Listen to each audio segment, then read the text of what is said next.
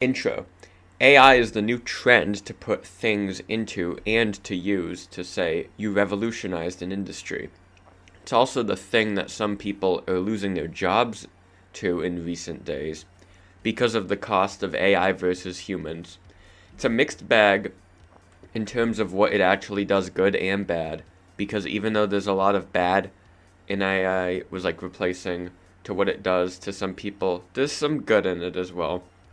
That's why it's an important thing to actually talk about it. Because if everyone says it's going to be our future, or it's going to take over the world, or whatever, then it's good to know the basics and some concepts about it and like the talking points. Because AI is a little more than ChatGPT or DeepSeek. Because those are just the popular ones and are a type of AI probably used to cheat in school. I'm going to be honest, you cheat if you use them like that. Sorry to say it, but nobody in the modern day knows what an M dash is in writing. So if you use it in your work, you probably will be labeled as AI, even if you're just human. That's just generative AI, which is the most popular and well-known type of AI now to be like, oh, it's going to take over the world. So there's a lot more to actually cover since AI is a general term, it's an umbrella term, really. Generative AI is the type we all know, the ChatGPT and the DeepSeek model of AI, where you have it write an essay or whatever you want to do. It's the most common futuristic type of AI, and usually the model of AI people think about when they say the term AI. Usually what it does is you put a prompt in it, it goes and pulls information together to give you an answer while drawing a lot of power from the servers. That's energy consumption. So it is based on what you do in the moment and what you give it, but it can't really predict too much. Predictive AI is what that's for. It's used to basically predict the behavior of things based on patterns and stuff of what it's predicting, and can predict the future based off it. Whoa, crazy. It's kind of like if somebody worked on a farm and used the weather of summer for previous years as the data, and then used the patterns from the previous years to see what this summer would look like. It would be using past experiences to predict the future. But none of these AIs can probably categorize stuff like this type, which is what helps classify all the data that's received. It's the type of AI that can take things and categorize it and can put them into groups, like if it's an animal or not, for example. Like how when you play a sorting game and can tell where those things go. I know you've been able to do this because you've been doing it since you were a toddler. This is called like the discriminative AI or something along those lines. It has different names depending on who you ask. But those are the basic types of AI. The other two are basic kinds and aren't really too big because they're only used now in niche things. For example, the AI used in chess is called a reactive AI. It basically takes the best move for any moment, but it's not using anything like machine learning to understand it on a deeper level and like try to learn from it. It's a very limited AI type, so it's not used much in the world. That's filled with more advanced versions of it. The other one is one used in things like self-driving cars, where it takes its past decisions to make its future ones. I know this sounds like predictive AI, but the idea is a little different. These ones are more based on the present moment, where they don't predict the future. They're just making their own decisions in the moment. They just make decisions through it, which makes them really a mix of generative and predictive AI in a sense, but not fully. But this is also the most common AI model that isn't super advanced, like the bare bones one. Now, with this knowledge, we can assume AI can do a lot of jobs, though the results, they may vary, but this can also impact the modern day economy, which affects us all. So it causes a dilemma of sorts.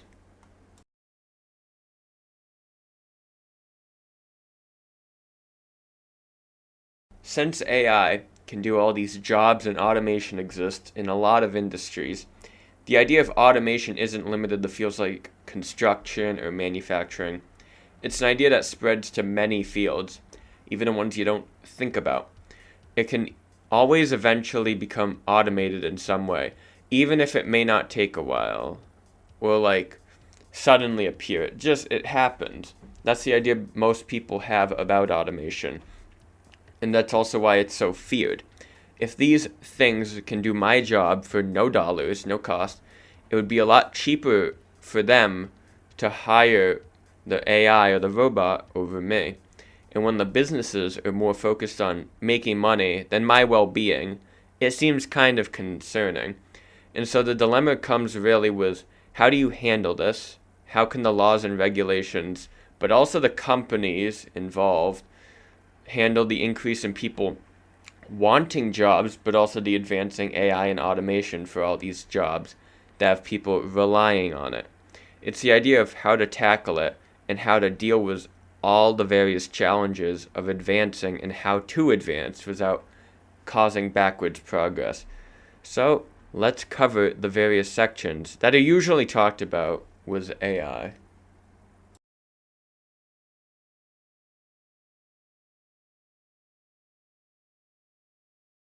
In the ever-growing future, one of the questions boils down to, does AI need a ceiling to stop growing at, or should it be able to limitlessly grow? Regulation usually acts as a ceiling for things, and so the real question lies with if there should be a regulation on AI, and if there is, what should that limit be for it? Because you can only regulate so much before it starts to have negative effects, or it like plateaus at a certain point. Now, let's go over each side for their pros, but also some of their cons and the things that aren't too strong about their arguments. For regulation, you can look at the idea of rapid job displacement. If there is no job regulation, jobs are taken too fast for anyone to actually react in time. If you have so much job displacement, it's impossible to steady it, and then all of a sudden, you see more and more, and it spirals. It's the idea based off of things like corporate greed and the idea most people have about these big businesses.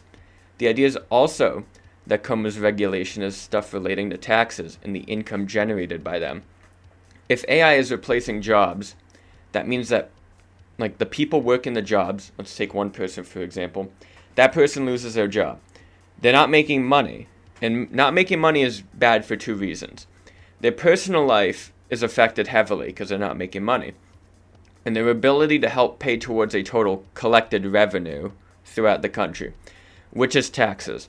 Everyone hates taxes, but overall, they should go to good things usually, and that's why we pay them. Usually, the idea behind them is to give a circle, like a safety net of sorts. That's what usually it's used for. Now, the idea of losing this tax revenue also comes along with a big unemployment shift. When many people lose their jobs in this scenario, then we need some sort of tax, and there is also the debate where we should tax automated work to still collect revenue. If you don't, you get high inflation because of the fact that more money is being printed and the previously mentioned high unemployment. You make less money and you have to spend the same amount of money or more, is essentially what it boils down to. That's what happened in the 70s, and we don't want that. That's called stagflation. So the negatives may sound worse than the positives if you look at it from a regulation standpoint and needing workers' rights. Displacement is a real thing in the job market, no matter how you look at it. So it focuses more on making up that side of it because it is an important side for many people. In many countries' governments, so they can make an income.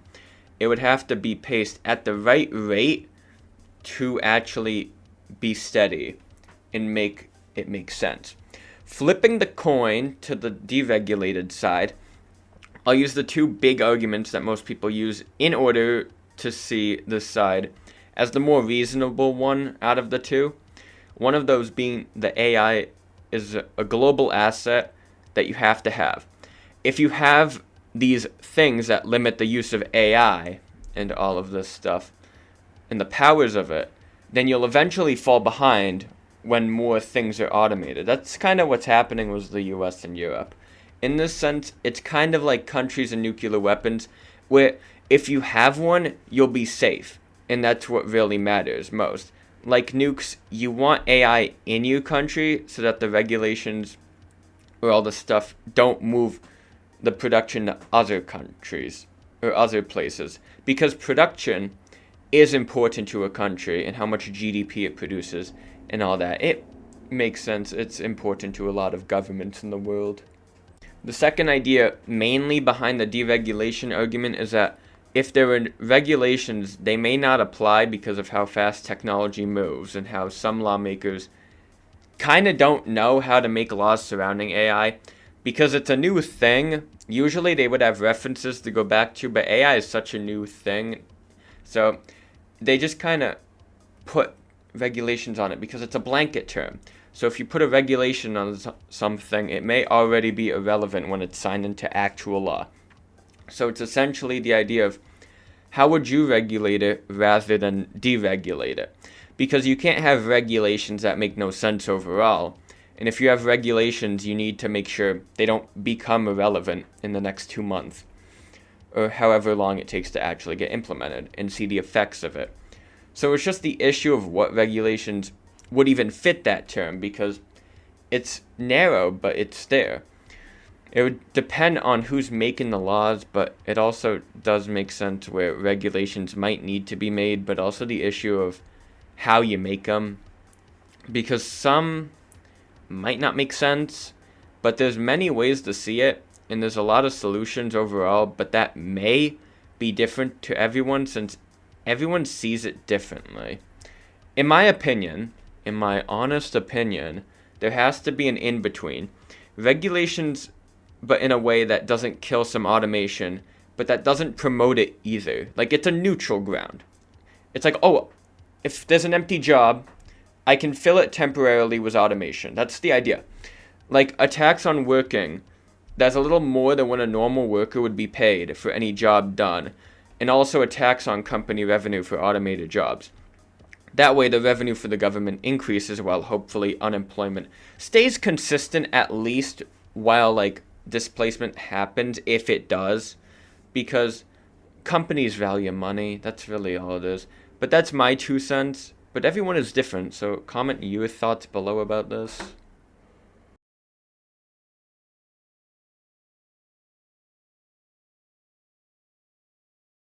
We've seen the idea of human loss more online than in person, though it has affected both quite a lot.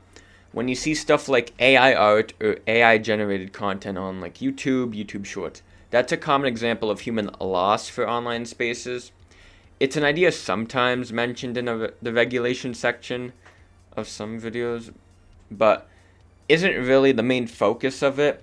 It's the question of if AI is okay to integrate with human creativity, or should it be a symbiotic relationship based on collaboration. Like, if you would it be fine to replace some humans with AI and stuff like that? There are a few arguments for both sides that you'll probably find if you find yourself in a conversation over this specific topic, because in a lot of online spaces that revolve around creativity, like arts on Twitter and stuff like that, this is a pretty important discussion.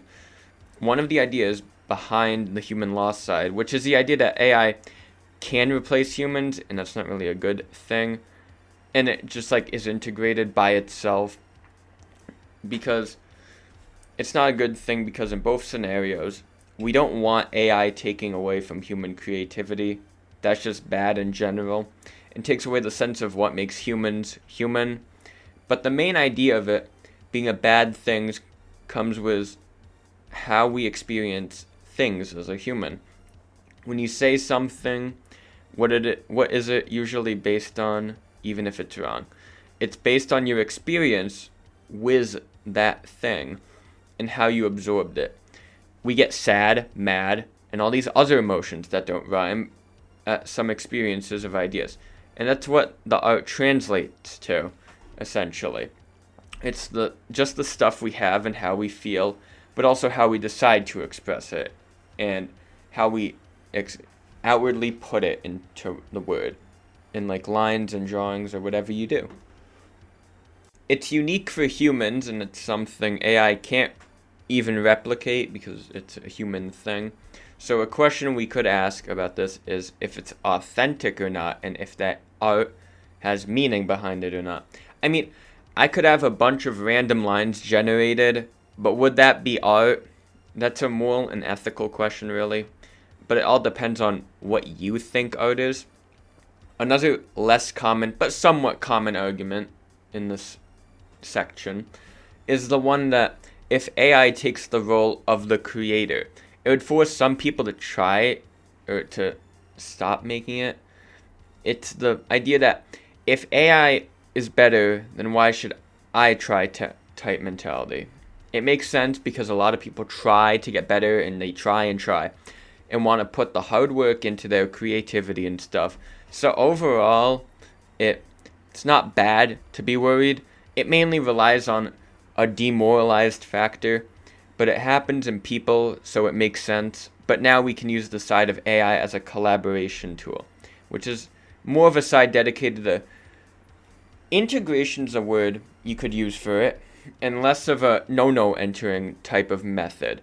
But the first major argument for this side is introducing people to being creative, who usually weren't. Let's say, for example, you think and you're like, I want to do some sort of art, but I don't know what to do. So you kind of end your journey there. That's how you would have probably done it 10 years ago. Maybe you would have drawn a little bit, but not really gotten anywhere. Some people would. If you have AI with this, you can get some inspiration somehow and have it help you along the way to get towards a destination. It's a helping tool. The idea behind this one is that the barrier for creativity is a little lower, so it's easier to get there. It's a very optimistic view of AI and how people will use it, because obviously this can be abused to put in little work and still reap the benefits. That's the extreme side, but it does happen. You can see that all the time. There's exploitation in everything. That's just how it is. But it's an idea that should at least be considered when talking about it, because it does matter. For the other argument usually used on this side, we have to imagine a movie set. The director usually has people do what they want, the way they see fit. It makes sense, because that's their name, that's the job name, a director. But also because that's how you get the perfect product. That's why they're the director, to help get the story told the right way. We can also apply this to AI and creation in some sorts of ways. There's the idea that the AI is the actor, essentially, and you are the director. I mean, some people may find issues with this because it's still mainly not humanly made, but it helps alleviate the lack of human creativity. Usually this is just used for like funny gags, I'd like to imagine, because that's where I see it.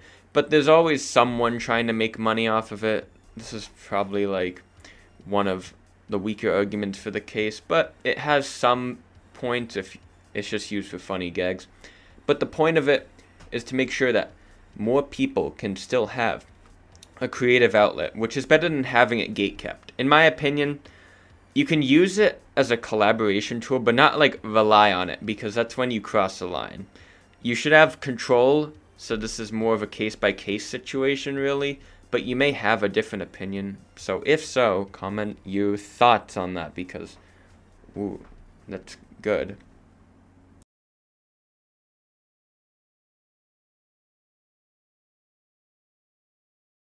Now we move on to whether all of this is something to worry about in the future, because you might hear a lot of people saying that AI is a bubble. There's credibility behind it, but the only thing we know is that we've been told that AI will replace us at some point.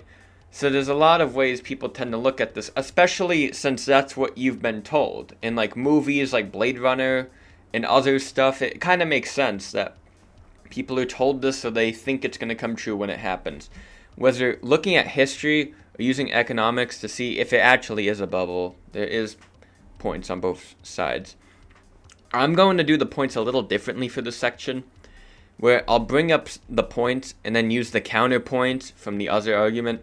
Since unlike the other ones, the points here for both sides usually just contradict each other and go well and well together hand in hand because it makes sense, this yes or no argument. At least the big arguments do.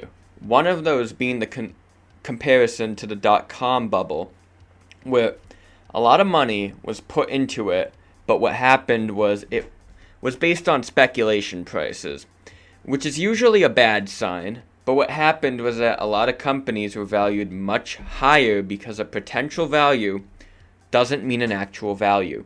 So a lot of companies lost value and also lost stock when the bubble burst. The same part is happening with AI, where a lot of money, especially with Microsoft and OpenAI, all these big companies, the money's being pumped into these without too much value coming back.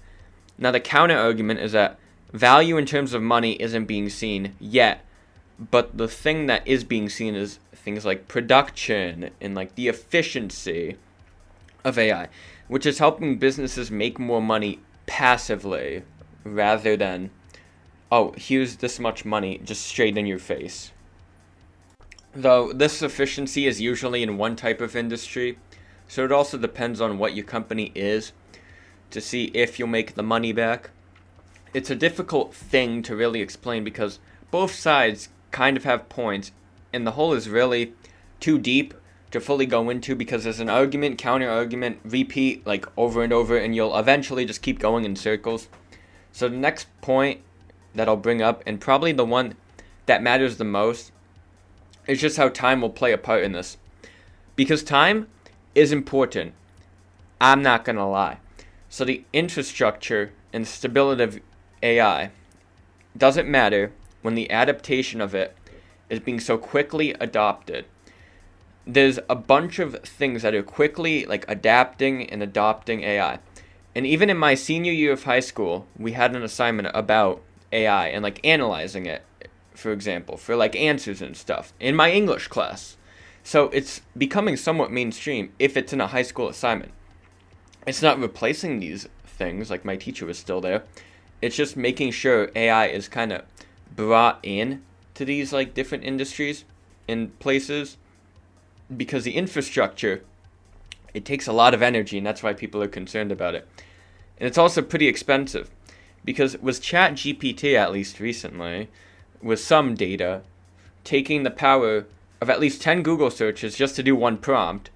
But this is also being brought down, I've heard, was the energy efficient AIs like DeepSeek and other models.